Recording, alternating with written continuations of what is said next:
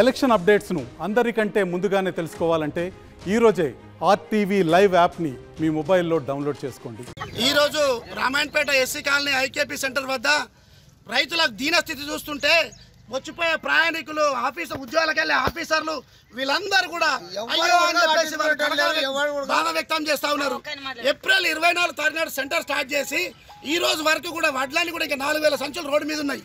అకాల వర్షాలతోటి పంటను తీసుకొచ్చి రోడ్డు మీద ఎండబెట్టి పాలాలైన పంట ఎండిపోయి పాలాలని ఒక్కొక్క సెంటర్లో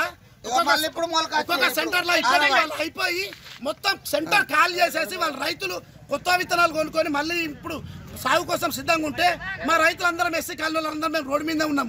దీనికోసం రైస్ మిల్లర్కి వెళ్తారేమో వాడు వెయిట్ తక్కువ అంటారు, రైస్ మిల్లర్లు పచ్చుకున్నాయంటారు, బదం లేదంటారు, అన్ని రకాల దోపిడీ మా మీదే. ఇప్పుడు మేము నిన్న ఐకేపీ వాళ్ళ ఆఫీసర్లను అడిగితే వాళ్ళు ఏమంటారు, రైస్ మిల్లర్లు మొత్తం అన్ని కూడా గోడౌన్లన్నీ మొత్తం ఫుల్ అయిపోయి ఉన్నాయి, ఇవి డంప్ చేసుకోవడానికి వడ్డు లేవు, దానివల్ల లేట్ అవుతామని అంటున్నారు. ఇదే వర్షాకాలం పంటకి రైస్ మిల్ కడుతున్నప్పుడు నిర్మాణంలో ఉన్నప్పుడు పక్కన టాపర్లు పరుచుకొని కోటల లెక్క రైతుల వాటిని కొనుగోలు చేసి డంప్ చేస్తున్నారు. మరి ఇప్పుడు బాయిలర్ రైస్ మిల్లకి వెళ్తున్నాయి. మరి వాళ్ళు ఎందుకు వేసుకోరు? ఈ తీసుకుపోయిన వాటిని వాళ్ళు ఉడికిచ్చేసి రైస్ తయారు చేసుకోలే కదా. మరి ఈ పచ్చి వాటిని వాళ్ళు కొనుక్కోవడానికి వాళ్ళకి ఇబ్బంది ఏంటి అంటే కేవలం రైస్ మిల్లర్లు వాళ్ళ లాభాల కోసం రైతు నోట్ల మట్టి కొడుతున్నారు. అధికారులకు రైతులకు యుద్ధం పెడుతున్నారు, నాయకులకు రైతులకు ఒక పంచాయతీ పెడుతున్నారు. ఇది కేవలం దోపిడీ వ్యాపారము, దోపిడీ వ్యాపార వర్గాల సిండికేట్ తోటి ఇలా రైతు నోట్ల మట్టి కొట్టి రైతులు రోడ్డు మీద తీసుకొస్తున్నారు. మేము ఖచ్చితంగా డిఎం గారికి రిక్వెస్ట్ చేసేది ఒకటే, వాళ్ళపైన రైస్ మిల్లర్ పైన చర్య తీసుకోవాలి. మా తడిసిన వాటను ఒక ఇత్తుల తీసుకుపోవాలి.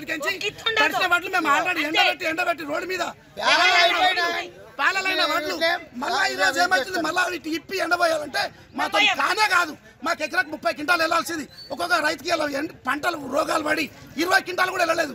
దీనికి మా కూళ్ళు ఏంది, మా పెట్టుబడి ఏంది, మాకేం మిగులుతుంది? మేము మళ్ళీ సంచులు ఇప్పి కింద పోసి సంచులు ఎండబెట్టి మేము ఆ సంచులు ఎండబెట్టి మళ్ళీ నింపి మళ్ళీ పోవాలంటే అమాలి ఖర్చులు ఎవరిస్తారు? మేము ఎండబెట్టిన కూలీలు ఎవరిస్తారు? మాకు మీరు ఇచ్చిన రేట్ ఎంత? మరి ఇదే అక్కడ కూర్చుని కాలేసుకున్న రైతులు ఎవరైతే దళారులు ఉన్నారు రైస్ మిల్లర్స్, వాళ్ళకి ఎందుకు వత్తాసు పడుతున్నారు అధికారులు అని చెప్పేసి. గంజిలోకి పోతేనేమో కాగితాలు ఇస్తుండు, ఆధార్ కార్డు పెట్టుకొని.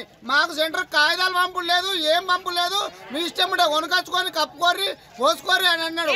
20 లారీల దాకా అట్లున్నాయి రోడ్డు మీద తీసుకుపోతాడు. నేను ఇప్పటికీ ఒక 50-60 సంచులు మొలకొచ్చింది పట్టుకొని బతికెట్లా మా బతికే దాని మీద మా ఆధారం లేకుండా